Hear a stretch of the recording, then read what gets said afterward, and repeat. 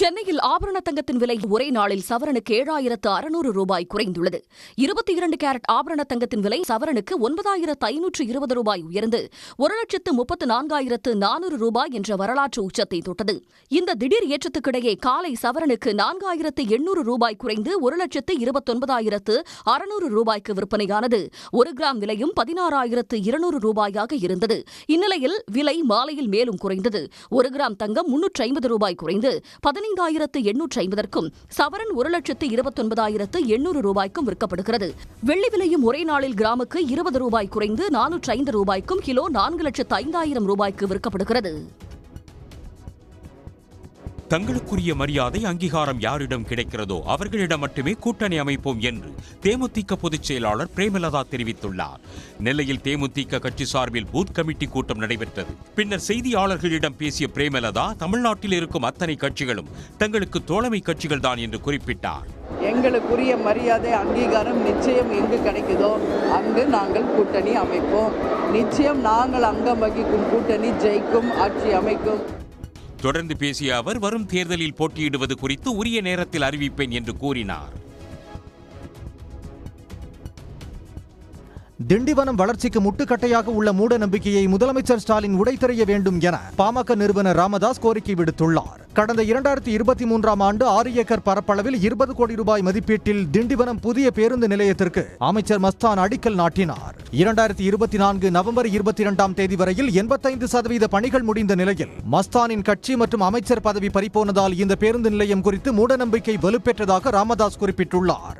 கடந்த அதிமுக ஆட்சியில் 11 ஆண்டு காலமும் இந்த மூட நம்பிக்கையால் தான் திண்டிவனம் பேருந்து நிலையம் குறித்த பேச்சை எடுக்கவில்லை என்றும் அவர் கூறியுள்ளார். எனவே திண்டிவனம் அருகே தீவனூரில் வரும் 5ஆம் தேதி அரசு நிகழ்ச்சியில் பங்கேற்கும் முதல்வர் திறப்பு விழாவிற்கு தயாராக உள்ள மாவட்ட தலைமை மருத்துவமனை மற்றும் திண்டிவனம் பேருந்து நிலையத்தை நேரில் வந்து திறந்து வைத்து மூட நம்பிக்கைக்கு முடிவு கட்ட வேண்டும் என தனது அறிக்கையில் வலியுறுத்தியுள்ளார். நடிகரும் தாவேகா தலைவருமான விஜய் நடித்துள்ள ஜனநாயகன் திரைப்படம் தொடர்பாக உச்சநீதிமன்றத்தில் கேவியட் மனுவை திரைப்பட தணிக்கை வாரியம் தாக்கல் செய்துள்ளது.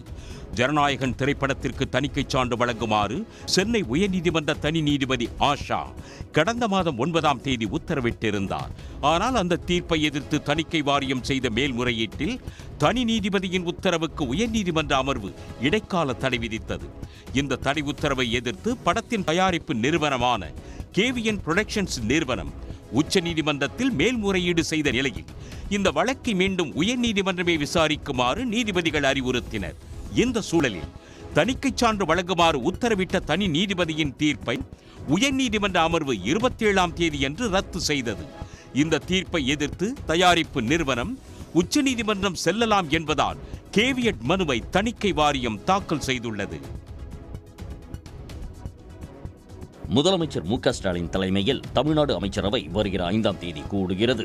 சட்டமன்ற தேர்தல் சில மாதங்களில் நடைபெற இருப்பதால் இடைக்கால நிதிநிலை அறிக்கையை வரும் பிப்ரவரி 13 அல்லது 14ஆம் தேதியில் தாக்கல் செய்வது குறித்து ஆலோசிக்கப்பட்டு வருகிறது.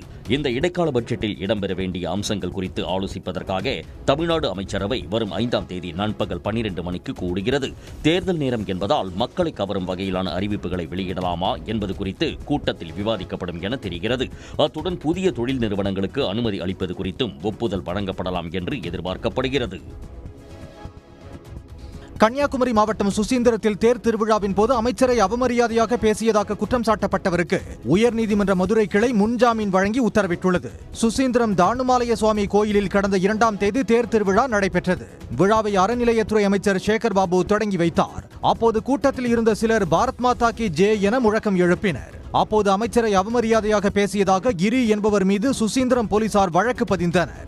இந்த வழக்கில் முன்ஜாமீன் கோரி மனு தாக்கல் செய்த கிரி ஆயிரக்கணக்கான பக்தர்கள் இருந்த இடத்தில் தன் மீது மட்டும் வழக்கு பதிவு செய்தது தவறு என்று வாதிட்டார். இதனை ஏற்றுக்கொண்ட நீதிபதி ஸ்ரீமதி மனுதாரர் கிரிக்கு நிபந்தனையுடன் முன்ஜாமீன் வழங்கி உத்தரவிட்டார். புதுக்கோட்டை மாவட்டம் அறந்தாங்கியில் பொதுமக்களை அச்சுறுத்தும் வகையில் சுற்றித் திரியும் தெருநாய்களை பிடிக்க கோரிக்கை எழுந்துள்ளது. அறந்தாங்கி நகராட்சியில் உள்ள முக்கிய சாலைகளில் தெருநாய்களின் நடமாட்டம் அதிக அளவில் காணப்படுகிறது. வாகனங்களின் குறுக்கே நாய்கள் ஓடுவதால் அடிக்கடி விபத்துகள் ஏற்படுகின்றன. இதுகுறித்து நகராட்சி நிர்வாகத்திடம் புகார் அளித்தும் இதுவரை நடவடிக்கை எடுக்கவில்லை என பொதுமக்கள் வேதனை தெரிவித்தனர். இது இல்லாமல் ரோட்டில் சாயந்தரம் ஒரு 4 மணிக்கு மேலே போக முடியலை. பிள்ளைகளை கூட்டிட்டு போகும் நாய் குறுக்க கீழே விழுந்துடுறோம். அது பெரிய விபத்துகளாக நடந்துக்கிட்டு இருக்கு. இதை எவ்வளோ சீக்கிரமாக நீங்கள் இதை சரி பண்ண முடியுமோ பண்ணி விடுங்க. பெரும் அசம்பாவிதம் நிகழ்வதற்குள் அதிகாரிகள் தலையிட்டு தீர்வு காண வேண்டும் என்று பொதுமக்கள் கோரிக்கை விடுத்துள்ளனர். ஜவுளி நிறுவனங்கள் அதிநவீன நெசவு மற்றும் பின்னலாடை இயந்திரங்களை கொள்முதல் செய்ய 20% மானியம் அறிவித்த முதலமைச்சர் மு.க.ஸ்டாலினுக்கு பல்லடம் ஜவுளி உற்பத்தியாளர்கள் நன்றி தெரிவித்துள்ளனர். தொழிலில் பல்வேறு இன்னல்களை சந்தித்து வந்த நிலையில் முதல்வரின் அறிவிப்பு பயனுள்ளதாக இருக்கும் என்று அவர்கள் கூறியுள்ளனர். தமிழக முதல்வர் அவர்கள் உற்பத்தி செய்யக்கூடிய இயந்திரங்களுக்கு மூலதன மானியம் 20% நேற்று அறிவிச்சிருக்கிறது ரொம்ப உதவிகரமாக இருக்குது. அதுக்கு முதல்வருக்கு நன்றி தெரிவிச்சுக்கிறோம். மத்திய அரசு பட்ஜெட்டில் எங்களுக்கு தொழில் சர்வதேச அளவில் போட்டியிடக்கூடிய நிலைமைக்கு மூலப்பொருள் பஞ்சுக்கான 11% வரியை முழுமையை நீக்கணும்னு கேட்டுக்கிறோம். வரும் ஞாயிறன்று தாக்கல் செய்யப்படும் ஒன்றிய அரசின் பட்ஜெட்டில் பஞ்சு மீதான 11% இறக்குமதி வரியை ரத்து செய்வதற்கான அறிவிப்பை வெளியிட வேண்டும் என்று ஜவுளி உற்பத்தியாளர்கள் வலியுறுத்தியுள்ளனர். இந்தியா நியூசிலாந்து இடையிலான 5வது T20 போட்டி இன்று நடைபெற உள்ளது. இந்தியாவில் சுற்றுப்பயணம் மேற்கொண்டுள்ள நியூசிலாந்து அணி 5 போட்டிகளை கொண்ட T20 தொடரில் விளையாடி வருகிறது. இந்தியா முதல் 3 போட்டிகளில் வெற்றி பெற்று தொடரை கைப்பற்றிய நிலையில் 4வது T20 போட்டியில் நியூசிலாந்து அணி வெற்றி பெற்றது. இந்நிலையில் கடைசி T20 போட்டியில் வெற்றி பெறும் முனைப்பில் இரு அணி வீரர்களும் தீவிர பயிற்சியில் ஈடுபட்டுள்ளனர். திருவனந்தபுரத்தில் நடைபெறும் இந்த போட்டி இன்று இரவு 7 மணிக்கு தொடங்க உள்ளது. எழும்பூர் ரயில் நிலையத்தில் நடந்து வரும் மேம்பாட்டு பணி காரணமாக தாம்பரத்திலிருந்து இயக்கப்பட்டு வந்த 6 விரைவு ரயில்களும் ஏப்ரல் 4ஆம் தேதி வரை நீட்டிக்கப்பட்டுள்ளன. அதன்படி உழவன், அனந்தபுரி மற்றும் ராமேஸ்வரம் விரைவு ரயில்கள் பிப்ரவரி 3ஆம் தேதி முதல் ஏப்ரல் 5ஆம் தேதி வரை தாம்பரம் வரை மட்டுமே இயக்கப்படும் என தெரிவிக்கப்பட்டுள்ளது. மறுமார்க்கத்தில் இந்த விரைவு ரயில்கள் பிப்ரவரி 4 முதல் ஏப்ரல் 6 வரை தாம்பரத்திலிருந்து இயக்கப்படும் என தெற்கு ரயில்வே அறிவித்துள்ளது. மேலும் எழும்பூர் மும்பை CST விரைவு ரயில் பிப்ரவரி 4 முதல் ஏப்ரல் 4 வரை சென்னை கடற்கரையிலிருந்து இயக்கப்படும் என கூறப்பட்டுள்ளது. நகராட்சிக்கு எதிராக வீடியோ வெளியிடும் பொள்ளாச்சி ஜெயராமனுக்கு பொள்ளாச்சி நகர்மன்ற கூட்டத்தில் திமுகவினர் கண்டனம் தெரிவித்தனர். பொள்ளாச்சியில் பல்வேறு வார்டுகளில் உள்ள அடிப்படை பிரச்சனைகள் குறித்தும் கட்டமைப்பு மேம்பாடுகள் குறித்தும் நகர்மன்ற கூட்டம் நடைபெற்றது. இதில் சட்டமன்ற உறுப்பினர் பொள்ளாச்சி ஜெயராமன் AI தொழில்நுட்பத்தை பயன்படுத்தி நகராட்சி கட்டமைப்புகளை சீர்குலைத்து வீடியோ வெளியிடுவதாகவும் தூய்மை பணியாளர்கள் குறித்து அவதூறு பரப்புவதாகவும் கூறி திமுக கூட்டணி மாமன்ற உறுப்பினர்கள் கண்டனங்களை பதிவு செய்தனர். கொண்டு வந்து குமிச்சுட்டே இருக்கிறாங்க அப்படிங்கிற மாதிரி பொள்ளாச்சி நகராட்சி AI அந்த தொழில்நுட்பத்தை பயன்படுத்தி கட்டடமே குப்பை கூலங்களில் இடிந்து விழுவதை போன்ற ஒரு சித்தரித்து கேவலமாக பேசி அவர் தொடர்ந்து பதிவிட்டுக் கொண்டே இருக்கிறார். இதேபோல் அதிமுக தரப்பில் குற்றச்சாட்டு முன்வைத்ததால் இரு தரப்பினரிடையே வாக்குவாதம் ஏற்பட்டது.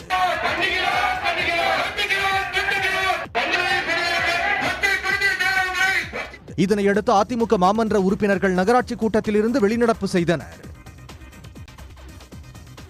புதுச்சேரியில் பணி நிரந்தரம் கேட்டு 8வது நாளாக கல்வித்துறை இயக்குநர் அலுவலகத்தில் ஆசிரியர்கள் போராட்டத்தில் ஈடுபட்டனர். புதுச்சேரியில் ஒப்பந்த அடிப்படையில் நியமிக்கப்பட்ட ஆசிரியர்கள், பாலசேவிகா மற்றும் சிறப்பு ஆசிரியர்கள், மொழி ஆசிரியர்கள் ஆகியோருக்கு நிரந்தர பணி வழங்க வேண்டும் என உச்சநீதிமன்றம் உத்தரவிட்டது.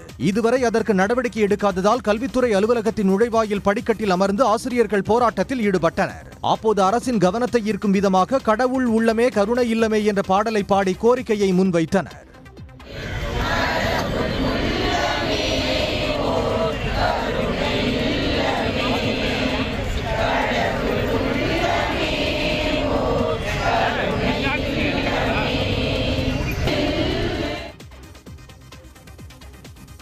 ஊழல் செய்து 4 வருடங்கள் சிறை சென்றதுடன் 100 கோடி ரூபாய் அபராதம் செலுத்தியவர்கள் அதிமுக தலைவர்கள்தான் என அமைச்சர் தாமு அன்பரசன் குற்றம் சாட்டியுள்ளார். தமிழ்நாடு நகர்ப்புற வாழ்விட மேம்பாட்டு வாரியத்தின் சார்பில் கோட்டூர்புரத்தில் கட்டப்பட்டு வரும் அடுக்குமாடி குடியிருப்புகளை அமைச்சர்கள் தாமு அன்பரசன், மா சுப்பிரமணியன் ஆகியோர் ஆய்வு செய்தனர். பின்னர் செய்தியாளர்களிடம் பேசிய தாமு அன்பரசன் 16 திட்டப் பகுதிகளில் கட்டப்பட்டு வரும் 9694 வீடுகளை முதலமைச்சர் விரைவில் திறந்து வைக்க உள்ளதாக கூறினார்.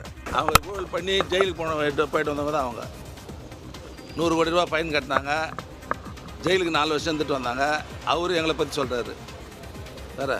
தொடர்ந்து பேசிய அமைச்சர் மா சுப்பிரமணியன், எடப்பாடி பழனிசாமி ஆட்சி காலத்தில் நடைபெற்ற குற்றச் சம்பவங்கள் ஒவ்வொரு நாளுக்கும் புத்தகம் போடும் அளவிற்கு இருப்பதாக விமர்சித்தார்.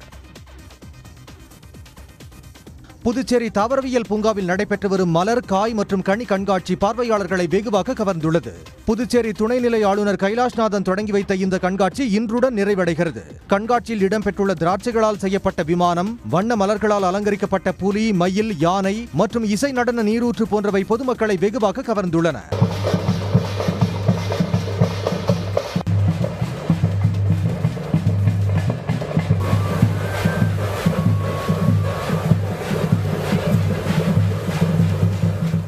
இந்த கண்காட்சியில் வேளாண் ஆராய்ச்சி நிறுவனங்களின் அரங்குகள், வேளாண் தொழில்நுட்ப கருத்தரங்குகள், வேளாண் கருவி உபகரணங்கள் விற்பனைக்கு வைக்கப்பட்டுள்ளன.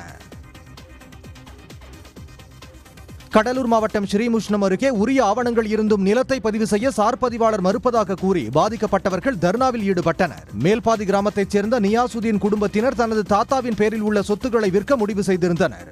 அதே பகுதியைச் சேர்ந்த ஒருவர் இந்த நிலம் கோயிலுக்கு சொந்தமானது என கூறி சார் பதிவாளர் அலுவலகத்தில் மனு அளித்துள்ளார்.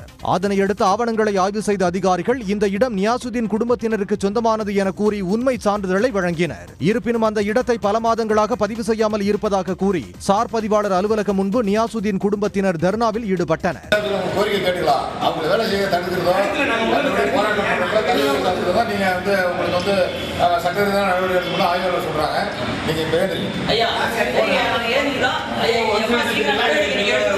காவல்துறையினர் உரிய நடவடிக்கை எடுக்கப்படும் என கூறியதை அடுத்து அவர்கள் போராட்டத்தை கைவிட்டனர். புதுச்சேரியில் மாட்டுத்தீவன மானியம் தரக்கோரி பான்லே பால் பண்ணையை முற்றுகையிட்டு பால் உற்பத்தியாளர்கள் போராட்டத்தில் ஈடுபட்டனர். புதுச்சேரி மாநிலத்தில் அரசு நிறுவனமான பான்லே மூலம் அதிகளவில் பால் மற்றும் பால் பொருட்கள் விற்பனை செய்யப்பட்டு வருகிறது. இந்த நிலையில் கடந்த 9 மாதமாக பால் உற்பத்தியாளர்களுக்கு மானியத்தில் மாட்டுத்தீவன மானியம் வழங்கப்படவில்லை என்று கூறப்படுகிறது. இதனை கண்டித்து குருமாம்பேட்டில் உள்ள பால் பண்ணையை முற்றுகையிட்டனர். அப்போது வயதான பெண் மயங்கி விழுந்ததால் பரபரப்பு நிலவியது. 10 நாட்களுக்குள் தீவன மானியம் வழங்கப்படும் என்றும் இதர கோரிக்கைகளை அரசுடன் பேசி முடிவெடுப்பதாக அதிகாரிகள் கூறியதை அடுத்து போராட்டத்தை கைவிட்டனர். ஆந்திராவில் முந்தைய ஒய்எஸ்ஆர் காங்கிரஸ் ஆட்சியில் திருப்பதி கோயிலில் 20 கோடி லட்டுகள் கலப்பட நெய் மூலம் தயாரித்து பக்தர்களுக்கு வழங்கியுள்ளதாக அறங்காவலர் குழு தலைவர் PR நாயுடு குற்றம் சாட்டியுள்ளார். திருப்பதியில் செய்தியாளர்களிடம் பேசிய அவர், நெய் கொள்முதல் செய்யும் நிறுவனத்தின் தவறுகளை கண்டுகொள்ளாமல் இருக்க பெரும் தொகை லஞ்சமாக தரப்பட்டுள்ளதாகவும் இதில் முன்னாள் முதலமைச்சர் மற்றும் அப்போதைய அறங்காவலர் குழு தலைவர் சுப்பா ரெட்டிக்கு தொடர்பு இருப்பதாகவும் தெரிவித்தார். மேலும் கலப்பட நெய் விவகாரத்தில் CBI முறையாக விசாரணை நடத்தவில்லை என்றும் இதுகுறித்து நீதிமன்றத்தில் முறையிடுவோம் எனவும் கூறினார். வழக்கின் பின்னணி குறித்தும் CBI குற்றப்பத்திரிகையில் சரியாக குறிப்பிடவில்லை என தெரிவித்துள்ளார்.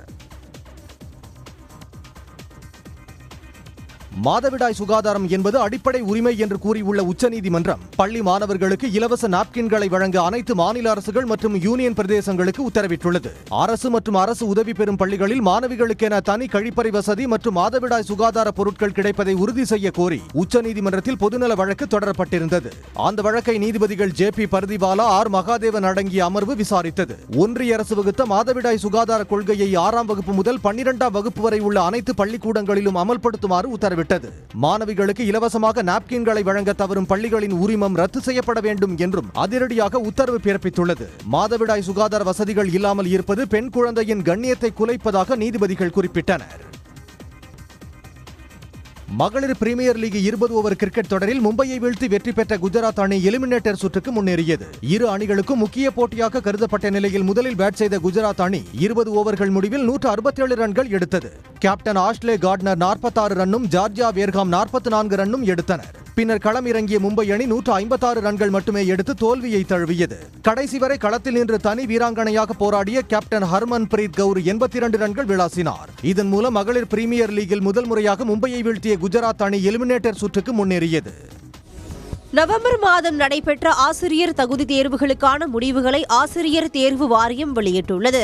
தமிழ்நாட்டில் கடந்த ஆண்டு நவம்பர் 15ஆம் தேதி மற்றும் 16 ஆகிய தேதிகளில் ஆசிரியர் தகுதி தேர்வுக்கான முதல் மற்றும் 2ஆம் தாள் தேர்வுகள் நடைபெற்றன. இந்த தேர்வில் சுமார் 4.25 லட்சம் ஆசிரியர்கள் பங்கேற்றனர். தேர்வுக்கு பின்னர் தற்காலிக விடைக்குறிப்புகள் இணையதளத்தில் வெளியிடப்பட்டு வல்லுநர்கள் குழு இறுதி செய்த விடைக்குறிப்புகளின் அடிப்படையில் விடைத்தாள்கள் மதிப்பீடு செய்யப்பட்டன. இதையடுத்து குறைந்தபட்ச தகுதி மதிப்பெண்கள் அடிப்படையில் ஆசிரியர் தகுதி தேர்வு முடிவுகள் இணையதளத்தில் வெளியிடப்பட்டுள்ளன.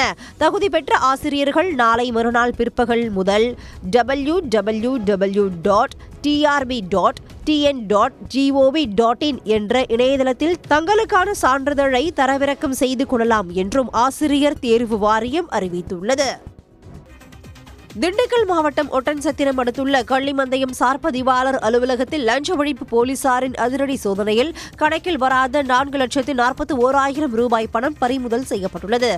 கள்ளிமந்தயம் சார் பதிவாளர் அலுவலகத்தில் சார் பதிவாளராக பணியாற்றி வருபவர் பழனி ஆயக்குடியை சேர்ந்த மூர்த்தி. இவர் லஞ்சம் வாங்குவதாக திண்டுக்கல் மாவட்ட லஞ்ச ஒழிப்புத் துறையினருக்கு ரகசிய தகவல் கிடைத்தது. அதன் பேரில் திண்டுக்கல் லஞ்ச ஒழிப்புத்துறை டிஎஸ்பி நாகராஜன் தலைமையிலான போலீசார் சார் பதிவாளர் அலுவலகத்தில் திடீர் சோதனையில் ஈடுபட்டனர். அப்போது சார் பதிவாளர் மூர்த்தியின் உணவு பையில் 4,33,000 ரூபாயும் ரெக்கார்ட் நோட்டில் 8,000 ரூபாயும் என மொத்தம் 4,41,000 ரூபாய் ரொக்க பணத்தை பறிமுதல் செய்தனர். இதுகுறித்து சார் பதிவாளர் மூர்த்தியிடம் போலீசார் தொடர் விசாரணை மேற்கொண்டு உள்ளனர். முதலமைச்சர் மு.க.ஸ்டாலின் தலைமையில் தமிழ்நாடு அமைச்சரவை வருகிற 5ஆம் தேதி கூடுகிறது. சட்டமன்ற தேர்தல் சில மாதங்களில் நடைபெற இருப்பதால் இடைக்கால நிதிநிலை அறிக்கையை வரும் பிப்ரவரி 13 அல்லது 14ஆம் தேதியில் தாக்கல் செய்வது குறித்து ஆலோசிக்கப்பட்டு வருகிறது.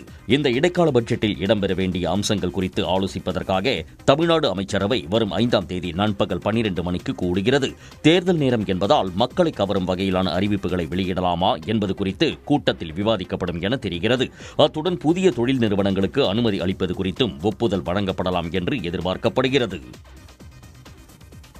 நீலகிரி மாவட்டம் கூடலூர் அருகே வீட்டுமனை பட்டா கேட்டு போராடி வரும் பள்ளிக்குன்னு கிராம மக்கள் சட்டமன்ற தேர்தலை புறக்கணிக்கப் போவதாக அறிவித்துள்ளனர். சேரங்கோடு ஊராட்சிக்கு உட்பட்ட பள்ளிக்குன்னு கிராமத்தில் 3 தலைமுறைகளாக 50க்கும் மேற்பட்ட குடும்பத்தினர் வீடு கட்டி வசித்து வருகின்றனர். சாலை, நடைபாதை, குடிநீர், தெருவிளக்கு என அனைத்து வசதிகளும் சேரங்கோடு ஊராட்சி மூலம் செய்து தரப்பட்டுள்ள நிலையில் வீடுகளுக்கு பட்டா வழங்க வேண்டும் என்ற கோரிக்கை மட்டும் தொடர்ந்து நிராகரிக்கப்படுவதாக கிராம மக்கள் குற்றம் சாட்டுகின்றனர்.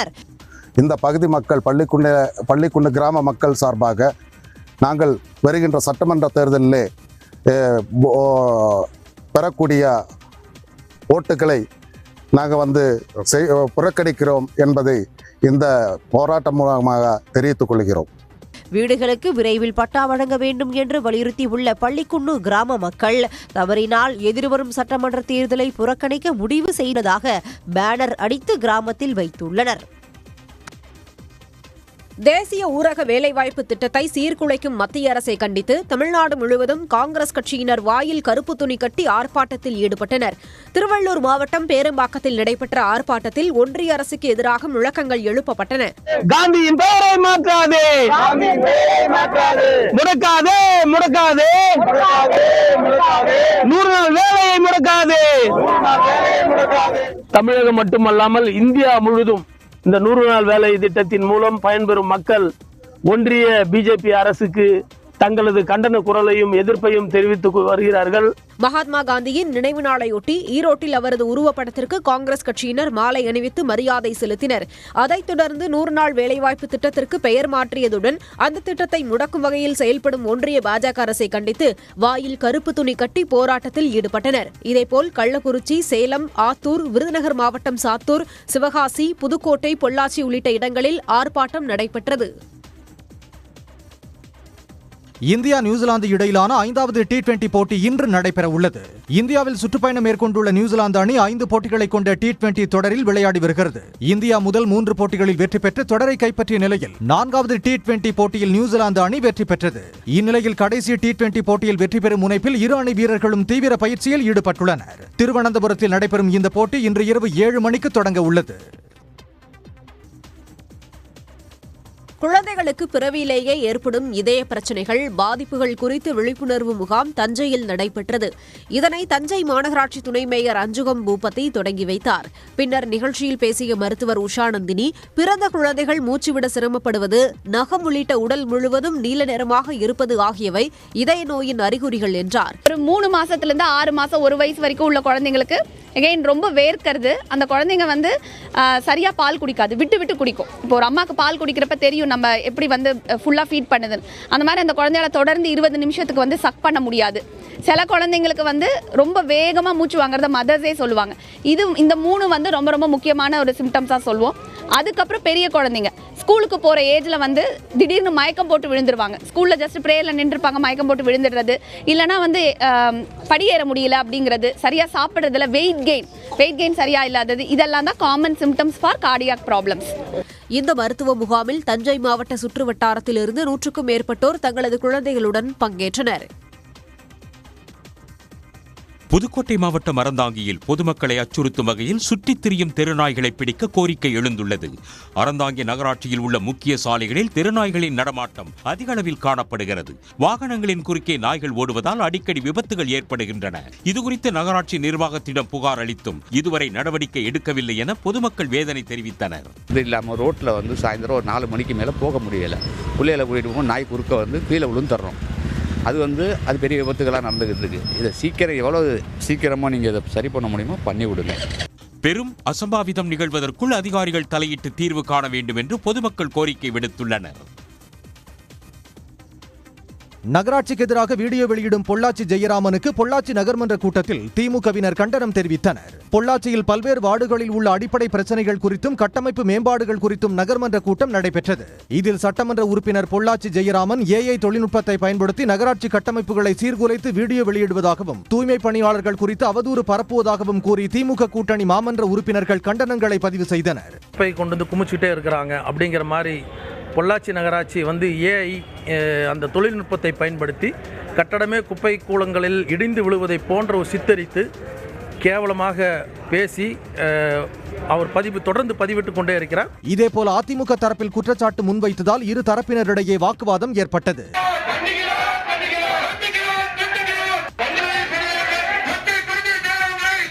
இதனையடுத்து அதிமுக மாமன்ற உறுப்பினர்கள் நகராட்சி கூட்டத்தில் இருந்து வெளிநடப்பு செய்தனர். சென்னை எழும்பூர் ரயில் நிலையத்தில் நடந்து வரும் மேம்பாட்டு பணி காரணமாக தாம்பரத்திலிருந்து இயக்கப்பட்டு வந்த 6 விரைவு ரயில்களும் ஏப்ரல் 4ஆம் தேதி வரை நீட்டிக்கப்பட்டுள்ளன. அதன்படி உழவன், அனந்தபுரி மற்றும் ராமேஸ்வரம் விரைவு ரயில்கள் பிப்ரவரி 3ஆம் தேதி முதல் ஏப்ரல் 5ஆம் தேதி வரை தாம்பரம் வரை மட்டுமே இயக்கப்படும் என தெரிவிக்கப்பட்டுள்ளது. மறுமார்க்கத்தில் இந்த விரைவு ரயில்கள் பிப்ரவரி 4 முதல் ஏப்ரல் 6 வரை தாம்பரத்திலிருந்து இயக்கப்படும் என தெற்கு ரயில்வே அறிவித்துள்ளது. மேலும் எழும்பூர் மும்பை CST விரைவு ரயில் பிப்ரவரி 4 முதல் ஏப்ரல் 4 வரை சென்னை கடற்கரையிலிருந்து இயக்கப்படும் என கூறப்பட்டுள்ளது. ஒன்றிய அரசு நாளை தாக்கல் செய்யப்பட உள்ள நிதிநிலை அறிக்கையில் 22% ஈரப்பதம் உள்ள நெல்லை கொள்முதல் செய்திடும் வகையில் நிரந்தர அறிவிப்பு வெளியிட வேண்டும் என காவிரி டெல்டா விவசாயிகள் கோரிக்கை வைத்துள்ளனர். கனமழை மற்றும் பருவம் தவறி பெய்யும் மழை காரணமாக நெல்லின் ஈரப்பதம் 17% மேல் இருப்பது தவிர்க்க முடியாததாகி விடுவதாக விவசாயிகள் கூறினர். விவசாயிகள் உற்பத்தி செய்கின்ற நெல், கோதுமை உள்ளிட்ட தானியங்களை ஈரமில்லாமல் எங்களால் தர இயலாத ஒரு இயற்கையான இடர்பாடு ஏற்படுகிறது. எனவே அதை தளர்வு செய்வதற்கு நிரந்தரமான ஒரு அரசாணையை 22% ஈரப்பதம் இருந்தாலும் கொள்முதல் செய்வோம் என்கின்ற நிரந்தர அரசாணைக்கான அறிவிப்பை நாங்கள் மத்திய அரசிடமிருந்து எதிர்பார்க்கின்றோம். கங்கை, யமுனை நதிகளை தூய்மைப்படுத்த ஒன்றிய அரசு நிதி ஒதுக்க நடவடிக்கை எடுப்பது போல் காவிரி ஆற்றையும் தூய்மைப்படுத்த நிதிநிலை அறிக்கையில் ஒன்றிய அரசு அறிவிப்பு வெளியிட வேண்டும் என விவசாய சங்கத்தினர் வலியுறுத்தினர். திருச்சி ஸ்ரீரங்கம் அரங்கநாதர் சுவாமி கோயில் தைத்தேரோட்டத்தில் ரெங்கா ரெங்கா கோவிந்தா என விண்ணை பிளக்கும் அளவிற்கு பக்தர்கள் முழக்கமிட்டு வழிபட்டனர். தைத்தேர் ரொம்ப விசேஷம்னுவாங்க. ஏன்னா உத்தராயண காலம் பிறக்கிறது இல்லையா, பிறந்த உடனே முதல் உற்சவம் இதுங்கிறதுனால ரொம்ப ரொம்ப விசேஷமா எல்லா ஊர்களேருந்தும் சேவிச்சுட்டு போவாங்க. ओडिशा से आए हैं, ये यहाँ का रथ यात्रा देखने हमारे वहाँ भी होता है, लेकिन यहाँ का फर्स्ट टाइम देखे, बहुत अच्छा लगा हम लोग को. पूरा फुल वाइब्स आ रहा था यहाँ से. பூபதி திருநாள் என்று அழைக்கப்படும் தைத்தேர் உற்சவம் கடந்த 23ஆம் தேதி கொடியேற்றத்துடன் தொடங்கியது. விழாவின் முக்கிய நிகழ்வான இன்று தைத்தேரோட்டம் வெகு விமர்சையாக நடைபெற்றது. அலங்கரிக்கப்பட்ட தைத்தேரில் உபநாச்சியார்களுடன் நம்பெருமாள் எழுந்தருளி பக்தர்களுக்கு காட்சியளித்தார். பல்வேறு பகுதிகளில் இருந்து ஏராளமான பக்தர்கள் வந்திருந்ததால் பலத்த போலீஸ் பாதுகாப்பு போடப்பட்டிருந்தது. நாளை ஆளும் பல்லாக்குடன் தைத்தேர் உற்சவம் நடைபெறுகிறது.